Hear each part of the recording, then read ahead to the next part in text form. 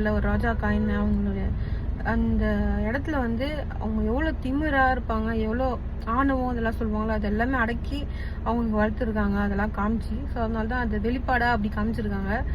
உண்மையாக அது அந்த நியூஸ் பார்க்கும்போது எனக்கு கோவம் வந்தது. ஏன்னா எனக்குமே செஸ்ஸுனா ரொம்ப பிடிக்கும். ஸோ நானும் நல்லா விளையாடுவேன்.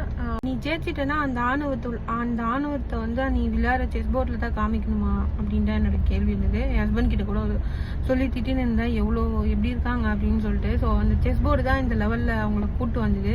அதை வந்து நீ வந்து டெய்லி பூஜை பண்ணி கும்பிடணும்னு கிடையாது, அதுக்கு ஒரு ரெஸ்பெக்ட் கொடுக்கணும்னு தான் நான் சொல்கிறது. ஸோ நம்ம எது விளையாடுறோமோ இல்லை எது நம்மளை வளர்த்து விட்டது அதுதான், அது கொஞ்சமாச்சும் மரியாதை கொடுக்கணும்னு நினைக்கிறேன் நான். இப்போ வந்து குகன் ஜெயிச்சிருக்காங்க. ஸோ அவர் ரியாக்ஷனை காமிச்சிருப்பாரு. ஸோ அதுலேயே அவங்களுக்கு பெரிய அசிங்கமாயிட்டு இருக்கோம். நம்ம இன்னும் அசிங்கப்படுத்தணுன்ற அவசியம் கிடையாது. ஸோ இதுதான் ஒவ்வொருத்தவங்க நேச்சுரல், இதுதான். ஸோ இப்படி தான் சின்ன சின்ன விஷயத்தில் வந்து அவங்கவுங்க கேரக்டரை கண்டுபிடிக்கலாம். அவங்களோட கேரக்டரோட வெளிப்பாடு தான் இது.